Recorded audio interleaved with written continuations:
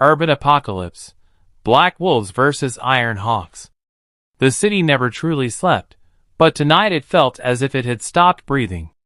In the shadows of Southside, Victor Kane, the cold-eyed leader of the Black Wolves, crouched behind a crumbling wall, observing the movement of the Iron Hawks. His hand brushed over the cool metal of his AK-47, heart steady, mind racing. "Liam," he whispered, "make sure those mines are ready. We can't let them flank us from the east alley." Liam Frist, crouched beside him, nodded. "Already done. One wrong step, and it's over for them." His hands were steady despite the tension, meticulously planting explosives that would channel the enemy into their kill zone. Jack's Ryder peeked over the rooftop edge, scanning the streets. "I see them. Cross's snipers are set on the corner. We'll need to be fast." Across the district, Damien Cross stood in a half-collapsed building, eyes locked on the advancing Black Wolves. "Elena, hold your position. Rico, be ready," he commanded. His voice was calm, almost eerily so, despite the chaos. Elena Voss, his tactical deputy, adjusted her sniper rifle and whispered, "They won't see me coming." Then the clash began. Molotov cocktails shattered the night air, flames licking the sides of abandoned buildings. Grenades exploded, sending shrapnel into the streets. The Black Wolves advanced with calculated precision, Victor signaling his men through subtle gestures. Bullets tore through walls, echoing like thunder. Civilians screamed from basements as the first casualties fell. 15 souls caught in the crossfire. Victor's mind raced as he moved across rooftops. They think they can outsmart me. They're wrong. He aimed carefully, taking down a sniper before ducking behind a chimney. Meanwhile, Damien Cross orchestrated a counterattack.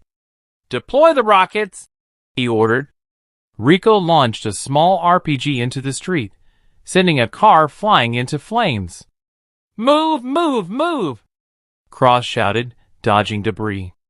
The fighting spilled into East End. Liam Frost laid traps along the alleyways, forcing Iron Hawks into ambush zones.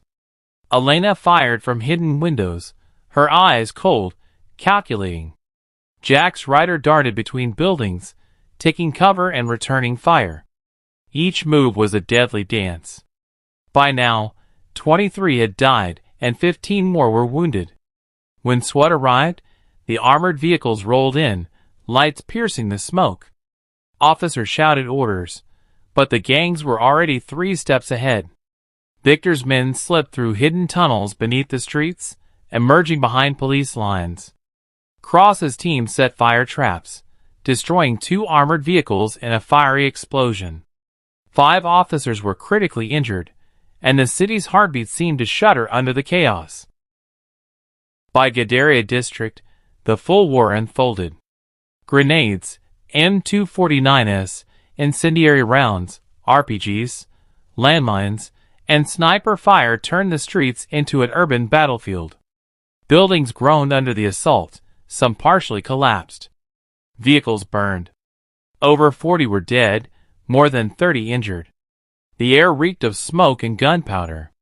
Amid the carnage, Victor Kane made the decision. "Now, Liam! Detonate the depot!"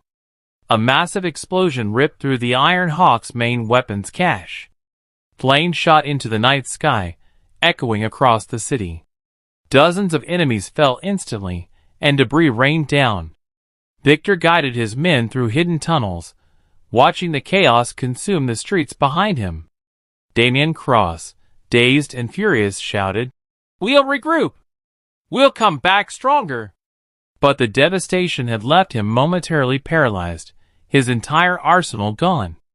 By dawn, the city lay in ruins. Streets scarred, buildings smoldering, hundreds of casualties. Police struggled to regain control, unable to fully contain the violence. Victor Kane and his Black Wolves disappeared into the shadows, Iron Hawk scattered, and the city was left in a fragile, fearful silence. Yet the story was far from over. Both gangs remained alive, hidden, waiting for the night they could strike again. And the city, scarred and trembling, would never forget the night when the Black Wolves and Iron Hawks waged a war that almost erased its heartbeat.